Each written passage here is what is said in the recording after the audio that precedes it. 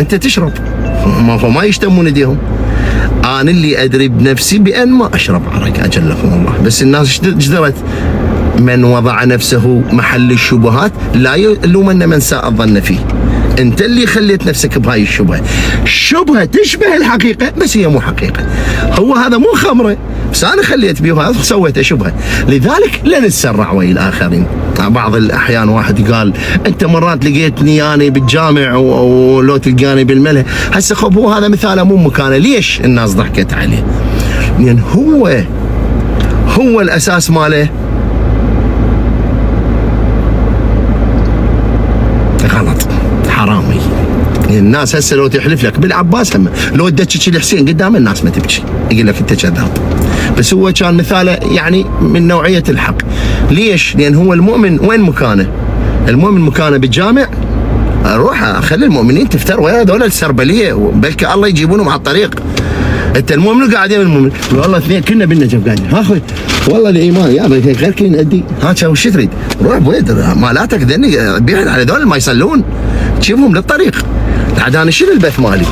البث انا سووني سفيه وقامت ناس سفله ادبسزيه يقطعون البث مالي ويسووني ضحك لن رايح وجاي. كل هاي انا على مود اسوي شغله ضحك، هاي اكسب هاي الشباب المصلي هذول المراهقين، اجيب بهذا الطريق خليه يتابعني ونبغى ازرق فد مساله فقهيه، مساله فلسفيه، مساله. انا مو مدرس فلسفه، الله وكيلك انا رجال تلميذ عالم الحق. اكو ناس تتابعني اكبش واحسن مني خلق واخلاق. انا اصغر واحد بيكم بس لان مسموع الله سبحانه وتعالى لعل خلى بي هاي الطرفه يعني او هاي النعمه تسمعوني. فاني من اسوي ضحك انا مو سفيه، الله وكيلك اللي بقلبي جمر، بس اريد اوصل لرب العالمين عن طريقكم. لذلك لا تستصغروني مثل مرات من نضحك او كذا ويجيك واحد ابو اسرائيل انا احبه، ايش قد صار له؟ بس انت تكفر وابني يا تكفر. ولك هو بس واحد اللي يقول كذا من رب ناقل الكفر ليس بالكفر. الرب شيء والاله شيء والله شيء اخر. اما الدين وين؟ انت لك بابا اكو اديان وين؟ اكو دين هندوسي واكو دين مسيحي واكو دين ايزيدي واكو دين صابئي واكو دين اسلام والى اخره. مجرد واحد يقول كذا من دينه قال كفرت بالله، الله شعليه. لا تشلبون، هذا غير ربه بيسكيل. شفته شلون يعبدون البيسكيل؟ هم دين المصلح لك دبش لك. يعني بشارك واحد يعبد له برغي صدق تحجون انتم؟ هذا من يسبه حسب الله؟ الله بابا اجل، الله اعلى واجل. عالم سوته الله عنده رجلين قاعد ومفقح راسه، رجل بالعماره ورجل بباريس. هاي شنو هاي؟ والله ايش كبره؟ مسلمين من يمنا. لا والله الله هيك يصورونه والنوب العالم كلها تتبعهم. وناس تقول روايات هسه المهم هي روايه بعد. ما زال اكو روايه اذا اكو ناس امنت بهذا الشيء. وهكذا. انا لو تجي علي سنه وشيعه روايات اكو بين يكون اذبهن بالزباله. ولا ارجوك النبي يبول على روحه سنجين والله تكرموا بالزباله. شنو هاي؟ الله يخلي النبي هيك يسوي. هاي روايات موجوده عود حتى يخرجون لهم تخريجه حتى تقدر تبول وانت واقف، لان النبي صلى الله عليه وسلم هم باله هو واقف. هاي شنو هاي؟ اي والله الضروره احكام، عم الضروره احكام مو هيك. شنو هاي؟ ابول وانا واقف؟ اقنبص وابول الا واقف. وانتم تريدون الطفار يصير عليكم يعني قاسه. هاي روايات اسرائيليه ابويا كذبوا على السنه. واحنا هم عندنا روايات خرب ساحه السوداء ويمشي على جمر ولو يضرب روحه طبر نفسه. ولك هاي ما يصير عيب. وشوف الهندوس، روح شوف الهندوس شو يسوون. لا نصير مثل الهنود عيب. الامام المحصوم يقول النحيب والبكي والحزن. انحب على الحسين، ابكي على الحسين، قطع روحك ببيتك، لا تصور وتنشر العالم تضحك علينا. وهاي الاسد يا ويلي على الله لو ازم الاسد هذا لو بالسماء البارحه شفت هو الفيديو قديم هم غلطت عليهم هم صار علي ذنب والله. واسد هسه لو جايب لكم كلب عدل وهم اهم شويه كلب يخوف، حاط لكم اسد كنا وحده ضاربه بوتكس صدق كذب ما تستحون سفله والله. وهو هسه ابتلينا الاسد بكى على الامام، مو امه الجن وامه الثقلين بكت الا اسد. وجبت لكم اسد فرو وانه ضارب بوتوكس وما يخوف، وكل الاسد ما يخوف وانتم حاطينه بالموكب وكذا يبكي عالم تضحك. بابا هاي سفاهه. هذا الممثلين عن الموكب كلها كثر ما جتهم بصونده بكيبل. الله لا يوفقكم ان شاء الله وتبرى منكم الحسين كل واحد. ولو حتى ايران، اكو بايران تعال وشوف الضيم جسمها وهي وطالعوا يا حسين، لا شافت الا حسين. يا عمتي كافي الخاطر الله. شلون بالله اقلب عليهم النوب، شلون احس النوب العالم راح تكرهني. فكافي رجاء والله العظيم، الحياة فوضى، القاع ملوث. لذلك العالم دائما تلقى العالم لا جنس وضيم وضلايم قاعد بالبيت وساكت. العالم شي يشوفونه معقد، هو مو معقد، عرف كل شيء بويه، علم الماهيه، عرف الحياه السخيفه، واحنا عباره عن مقروده بالقاع. الله وكيلك كل شيء ما نفتهم، لان هو عرف كل شيء، بقى بس ما مفتوح له الحجب. فمن نحكي اياه هو يعرف. هو جاي يقول لك هسه الدكتور بحدود عمله الطبي صار دكتور شهادته، بس الدكتور يسأله على الفيتر ما يعرف، يسأله على ابو الاسواق ما يعرف، كل من بحدود عمله.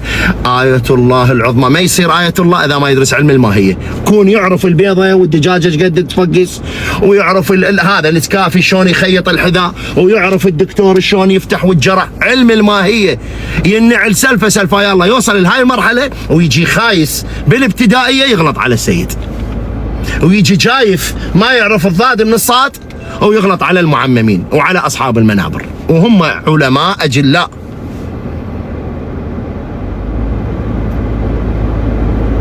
لذلك لا نقلل من قيمه علماء الدين. ما لك شغله بذول الحراميه. خرب اكو واحد ببالي بالعباس، انا متاكد على الشفته على ذول الموظفين اللي طلعوا فلوس، والله لك 8 سنوات وزاره إله 8 سنوات، متاكد انا عنده غرف مغلقه كلها من هاي الكرتون. وهو يا الله خرب دينك اذا صدق. هاي احكيها بعد، حتى بعد ما اقولها. ما عندك دين انت، دينك فلوسك. اكو عالم تموت على الدولار، هم ذولا هاي الفقريات. الفقر كان يتريق ب5 قواط جبن ما يشبع الفقر. هاي انت مال الله انت. بس الصور اللي جاي ينشرهن بالشارع بالعباس ابو فاضل مليارات، لو مطيهن للفقر احسن لك. هاي يعني تتخيل انت النبي يعترف فيك؟ يعني كل عقلك مستحيل. وشفت الحصن عالي صيف هسه انت وين حصن جابج الخاطر الله. الحصان ب 400 مليون خو ماكو شيء. اصعد لي على كلب هذا اسلوقي بالشارع. صدق تحكيون شو تسوي النوب اسطبل وحصن؟ هاي الفقريات هاي. انا اشوف هذا من العوز. ما شافوا شاف، ولا الفايخ والمترف بالعافيه عليه. شنو غلط بي يعني؟ بس مال تبوق قوت الشعب وتخلصها زواجل وحصن، الله يسويك حصان ان شاء الله بيوم القيامه. انت وينك وين الحصن دقيق. هاي الفقريات.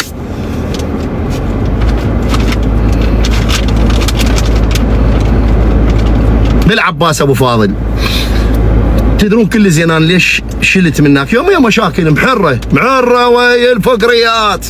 هو دجاجه ما بيته وجاي علي، فشلت منك، كملت العد والماعد واشتريت هنا هذا البيت. اشتريته تقريبا 600 متر بالزراعيه، هاي مال قميره على الشارع. والعباس ابو فاضل باستطاعتي اسوي الحديقه وازروقها واجيب هذا الحصو. والله انعل والدي قلت له محمد اذا تسوي لها صبغ وشغلات عوفه، هي غير زرع عوف خليه يكبر، حتى مو ثيل طالع هذا مال يسمونه مال الشلبه هذا والكبير. قلت له عوفه شلون القصب. والحسين ترى اخذ لكم سيلفي ويا العقاريق، حتى عقاريق بيها، هذا قصب وعقاريق خليها. هذا خير الله، مو من هذول المترفين ويخلي لك كذا. بالعافيه انا ما عيني على الناس، بس ارد اوصل فكره. الحياه ترى خلصانه. نعم اهلك يريدون منك، بس مو على حساب الاخرين، ولا تخلي نفسك محل شبهه. والحسين ابو عبد الله والله العظيم كانت عندي ذيك الكاديلاك، والله العظيم من ما مظلله قلت له علاوي تعال خذها ظلل لي اياها. ظللها مو اخاف يقتلوني، قنادر. هو انا محرب، هاي رمانه بصفي ولا المسدس من القتيل طبني 1000 مرض اذا انغدرت. بس ما اريد الناس باع يقول لك شوفوا هذا مجاهد صعد كاديلاك، شاش اصعد كلب. البرابيك هذول يصعدون احسن منه، بس حتى لا اخلي نفسي محل شبهه، حتى لا الفقير يتحسر يقول لك هذا شنو هذا هيك. هالشكل انتم ما فكرتوا؟ انت المعمم ما تفكر من يصير عندك اسطبل مال حصن؟ انتم المعممين اللي تحجون باسم الدين، بسببكم الناس ذمت النجف، بسببكم الناس ذمت اهل المنبر. ولا بالعكس، انا ما اقبل واحد يحكي على الساده، وما اقبل واحد يحكي على رجال الدين. رجال الدين هم علماء امه محمد بالارض. اسال الله ان يجعلني ويجعلكم من الصادقين بحق محمد وآل محمد. محمد مهدي النراقي بكتاب جامع السعادات، هاي قصة حقيقية 1,000,000%. أنا من كنت صغير والله ذكرك بالخير شيخ عمار، فدوى أروح لك شيخ عمار، والله من عمري على عمرك، وأتمنى الناس تحبك شيخ عمار، لأن أنت سبب مو تنسى الرزق من الله، حتى لا يقولون أشركت بالله. أنت سبب رزقي وأنت سبب توفيقي إلى الله سبحانه وتعالى يا شيخ، والله العظيم. والله يرحمك حج محمد، الله يرحمك. هذا ابن التيار الصدري صاحب حسينية الإمام المنتظر اللي بالزراعية.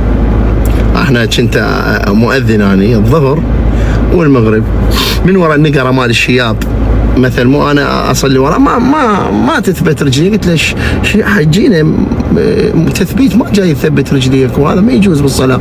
يباوع علي قال انت بقدم انت ببطن امك وانا اصلي. قلت له هسه ما له شغل العمر يا عم، هو الامام الباقر عمره 7 سنوات ومعمم. لا تقل الاكبر هو الافهم، بل الافهم هو الاكبر. من كثر النقره وي الشياب والويل هذا قمت بس اجي اذن الفجر ابشركم بس انا وعصيتي والكلب اللي ينبحن علي هو ابو محمد فدوى اروح لك يقعد. هسه راح رحمه الله على روحه ترحموا له. فقمت اذن بس الفجر، يمكن 4 سنوات 5 سنوات انا مؤذن باقي الحسينيه. انا على الحسين هم العالم هم ضاجت مني، جت ايام قاموا يسلمون عليه ضاجوا من ورا النعي. الحمد لله صارت مال الحشد وصرت. فانا ذكرت شيخ عمار، شنت كل ما اروح للاذان القى شيخ عمار منتظرني بالباب. خطيه مرات يقول لي صحح لي هاي القافيه غلط، لازم هيك، بس ما يصير تقول الله اكبر، لا الله اكبر، عظم الله لا تعظم الاكبر. والله العظيم شيخ عمار انسان محترم. اخير شيء وصلت مرحله انا خب ما مجبور هذا الكلام، والله لا اشتكي لاحد وخاف، لان احنا شعب جاهل، شعب اغلبه تافه.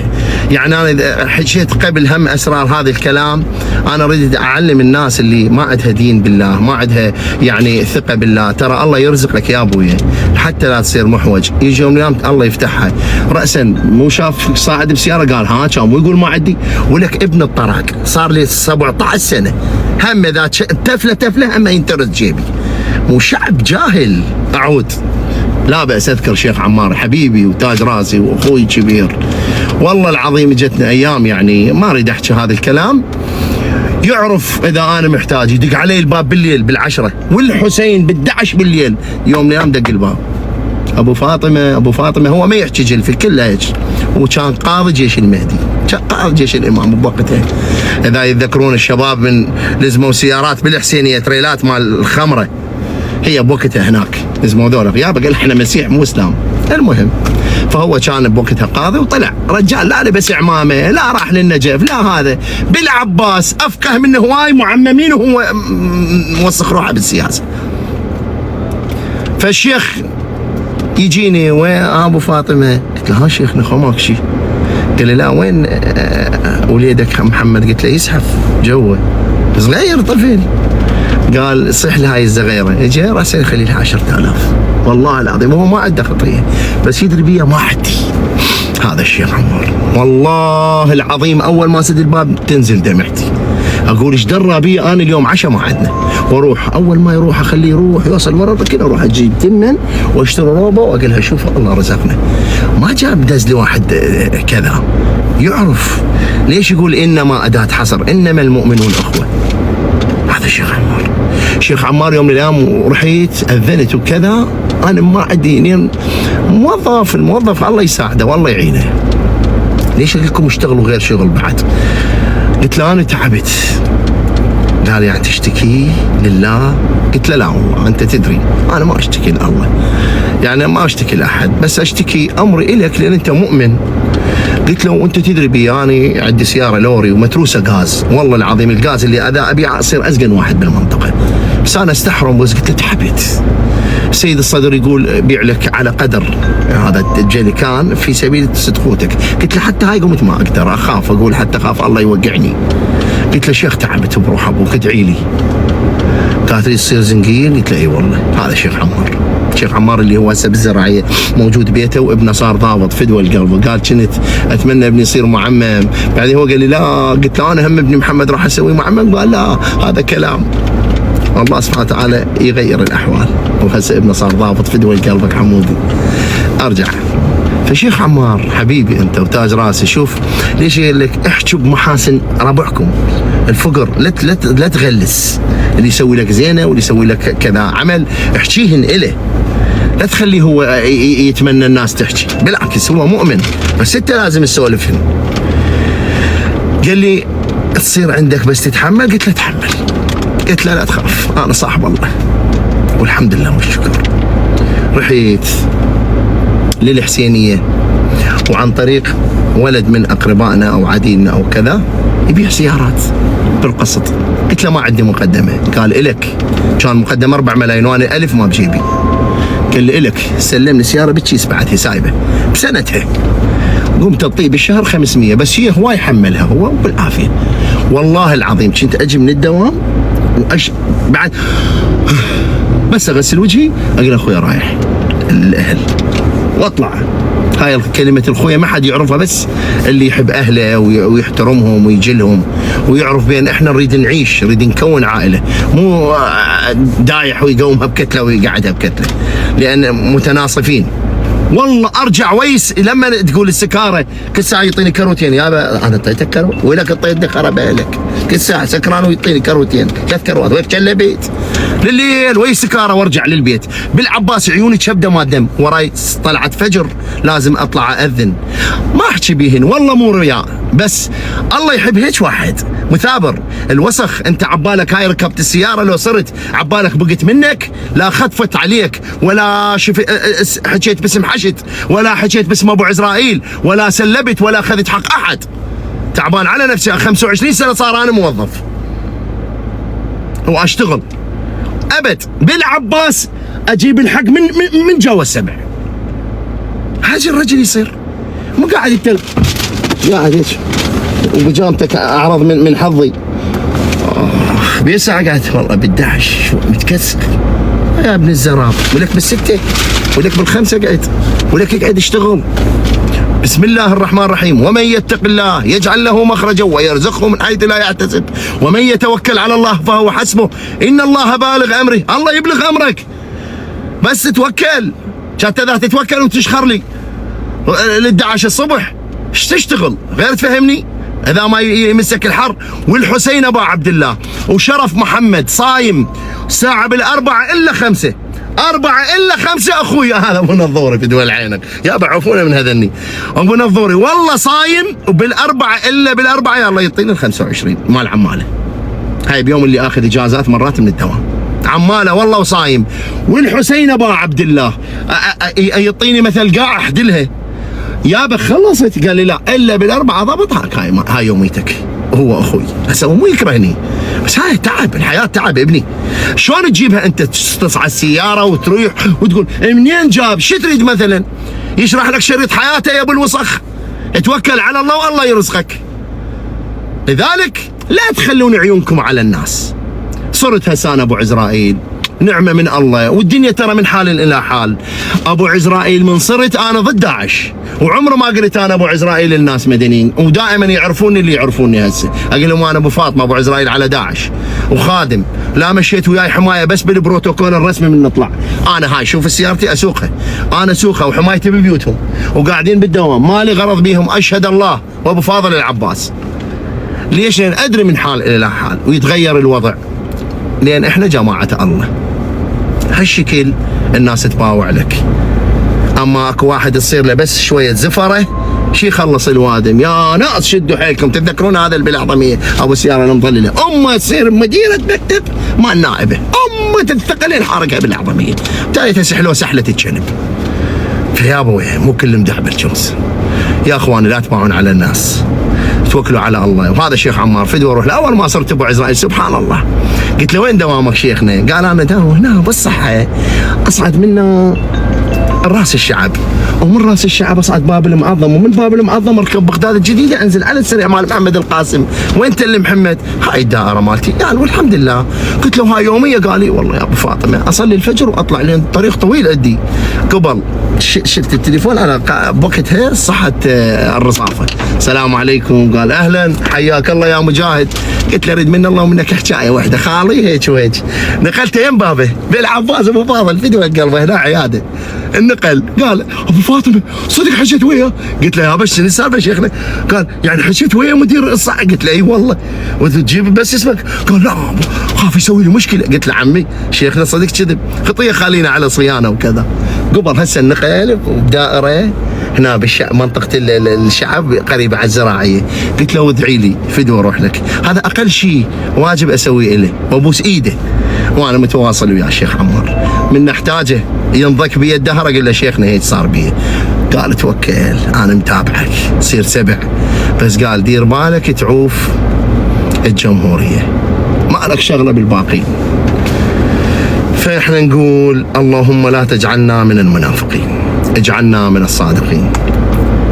يا ابا عبد الله انا معكم صدقا وكلاما وفعلا. نعم التدرج مطلوب، دائما تعلموا يا اخواني التدرج. افهم شنو معنى التدرج. تجي مرات ويا الظالم تشوفه انت محاصر من كل الجهات وتباوع وراك واحد وحش ياكلك يبلعك، تقدر خطوات تتقدم إليه، لعل تقدر تسوي لك فد شيء إليه، تقدر تتقرب من مثل ما يقول المصير المحتوم اللي راح يجيك ياكلك ذاك. التدرج مطلوب، بس لا تنطي نفسك هينه، ولا تبيع اخوتك، ولا تبيع مذهبك، ولا تبيع عقيدتك. امريكا الشيطان الاكبر، والله وبالله وتالله امريكا اكبر سارقه بخيرات العراق مدى الحياه، منا لما ينطم حلقي بالتراب. امريكا ما تجي ذره على هذول، شوفوا ما يجون ذره على البوق اللي جاي يبقونه من يمك يوميا امريكا. فلا تصير عون للظالم. كل تيجي من رؤاسة الوزراء اذا ما يدعم لامريكا ما يصير. خلاص انا ما اريد احكي بعد، لازم اتكلم لك ما بين السطور، ما نقول احنا عملاء وانما تقول يترجم الكلام والفعل الايام الجايه. احنا مع رئيس الوزراء صدقا وعدلا، اذا يخدم العقيدة، يخدم الناس، يخدم المواطنين، يخدم البلد، بس مو بلد يصير تافه تابع للأمريكان ويقتل هاي الوادم المجاهدة. ما نقبل خوض. أسأل الله أن يجعلنا من المجاهدين الصادقين بحق محمد وآل محمد. إلهي بالحسين نتولى ونعداه يتبرأ. أنا نسيت ولو أخذ من وقتكم بعد، هي نزل البث ما يخالف.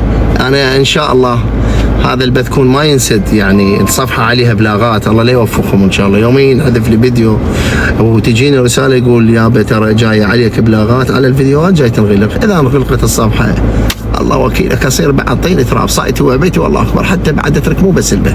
فأنتم عينوني بالصفحة يا إخواني، لا تخلون واحد، وأنت حتى عدوي وحتى خصمي أنت ما راح تستفاد شيء إذا تسوي بلاغات على البث يا أبوي.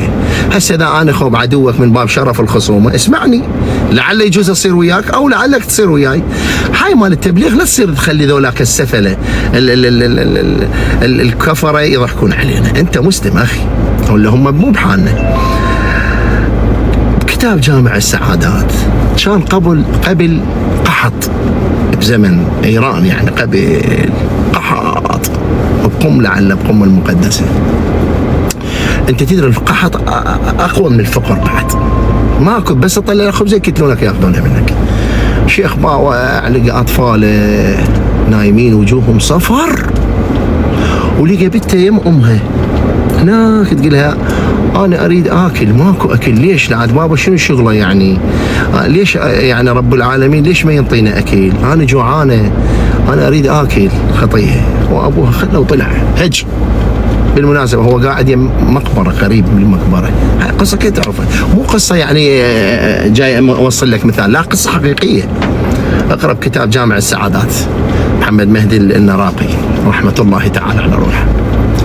فراحل من راح الصديقة.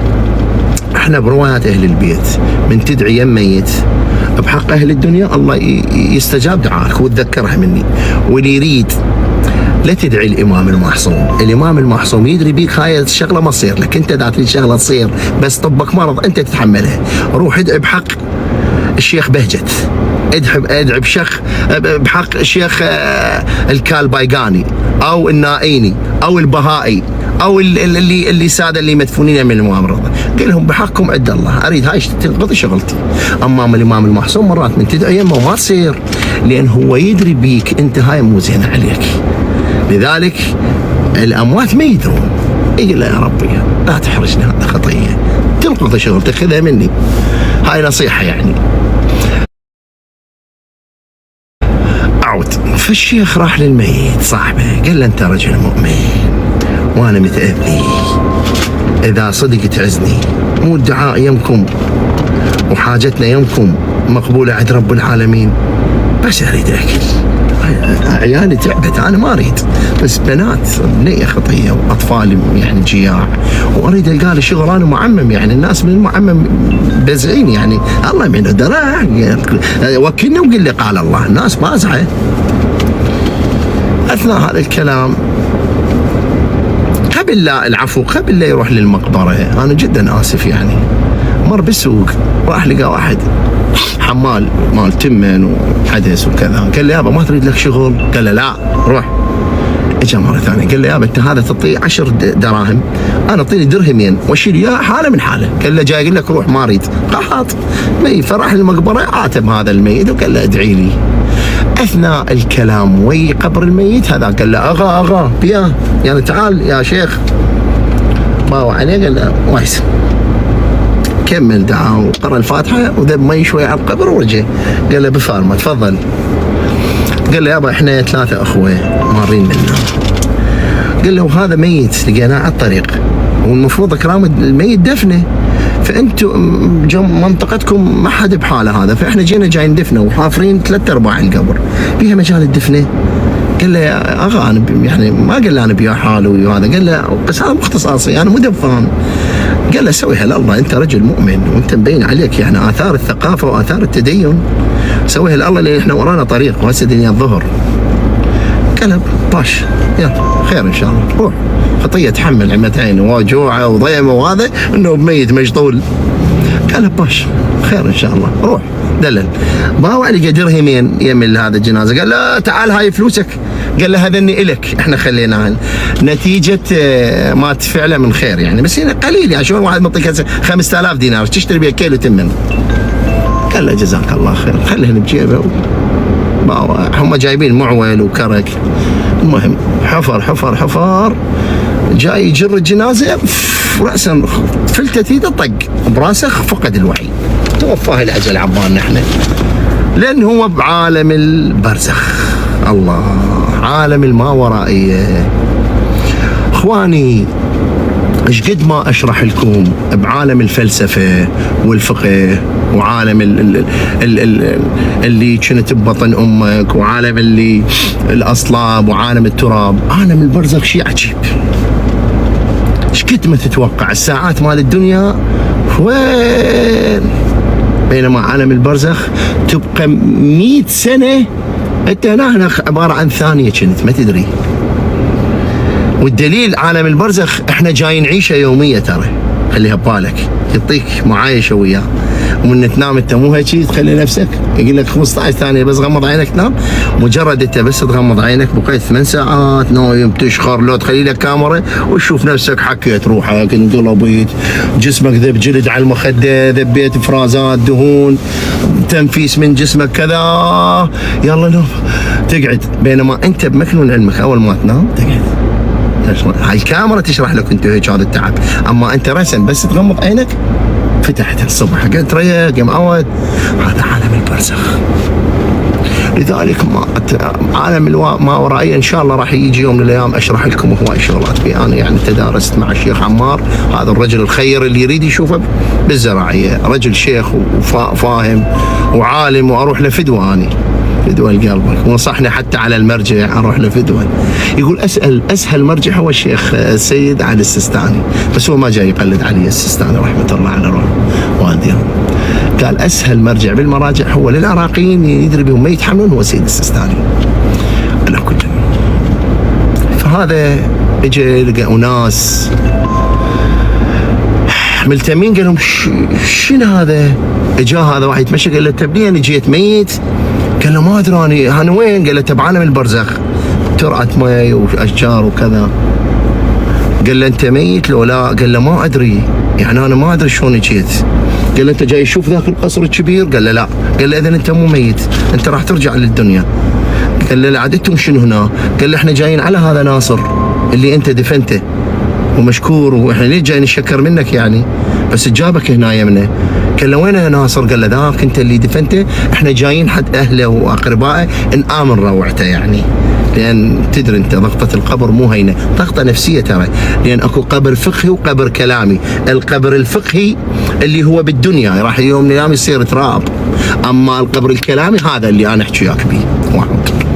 فصاح قال له ناصر تعال بيها. اجى ناصر هذا راح قال له انا اتشكر منك جزاك الله الف خير لان انت جاي دفنتني. هو بعده ما مدفون، لا تنسى الوقت مال عالم البرزخ. قال له ما دفنتك اني، ما اتذكر انا ما دفنتك بعدني. قال له انا عندي مشاكل. قال له بس انا اريد منك طلب، انا اخواني جاي يرمش علي اخ عادل الله يبارك بيه، يعني عندي وقت بعد خاف يدق عليه ينسد البث. ان شاء الله وقت اخر اشرح لكم به، ما اريد اشوقكم للقصه، قصه حقيقيه هي بجامع السعادات، بس هذا اللي بالبرزخ. قال له انا بس عندي شغله اقول لك يا واروح اخواني. قال له اني قال له جاي اتاذى واتالم يوميا بسبب واحد يبيع شلون حلويات طاطله وكذا، وواحد قال له انت اعطيتني كذا، وهذا قال له لا اعطيتك. انا تناصفت وياهم وخليت درهم عليه على هذا صاحب الحق، وهو ذاك السرقه يعني. بسبب هاي الله جاي يذبني بنار جهنم، يقول منا الى يوم يبعثون لو يبريك الذمه. فيقول له ارجوك بس روح له بفلان مكان وخليه يبرين الذمه. ترى اخوان قلت لك كل شيء سوي مالات الله، الله لا تخاف منه، بس مالات ابن ادم تخوف. الواجب ابن ادم خلص منه، ابوي روح بوس رجله وانشب. اما مالات الله لو تجيب جبلين من الذنوب لا تخاف، الله فيض من العطاء. والطاج يستمن بعدين رجع للحياه، والنوب شاف واحد، وبعدين انا اشرح لكم وياها القصه كامله جيده، لان شويه طولنا وانا ما اريد اصير من فلان يحكي قصص وكذا. اسال الله ان يحفظكم الهي بالحسين اتولى ومن اعدائه اتبرأ. لا تنسوا ذكر الله.